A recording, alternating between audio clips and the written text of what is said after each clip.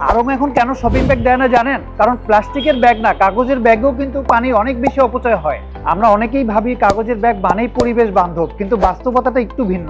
বিভিন্ন পরিবেশগত গবেষণায় দেখা গেছে একটা মাঝারি সাইজের কাগজের ব্যাগ তৈরি করতে কয়েক লিটার থেকে শুরু করে 20 থেকে 30 লিটার পর্যন্ত পানি খরচ হয়। এটা কাগজের মান এবং প্রসেসিং এর উপর নির্ভর করে।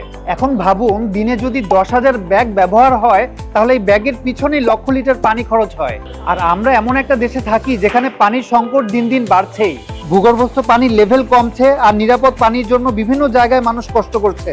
আর এই জায়গা থেকে আরং কাস্টমারদেরকে বাসা থেকে ব্যাগ নিয়ে আসার জন্য উদ্বুদ্ধ করছে। একটা কাপড়ের বা রিইউজেবল ব্যাগ একবার বানালে 50 থেকে 100 বার ব্যবহার করা যায় এবং এতে পানিরও কোনো খরচ হয় না। আরঙের এই ব্যাগ না দেওয়াটা কষ্টের হতে পারে, কিন্তু পরিবেশ বাঁচাতে হলে আপনার শপিং এর এই অভ্যাসটাও বদলাতে হবে। শুধু কাগজের ব্যাগ না, আমরা কিন্তু গাড়ি ধোয়া, বাসা বাড়িতে বিভিন্ন কাজে কিন্তু পানির অপচয় করি।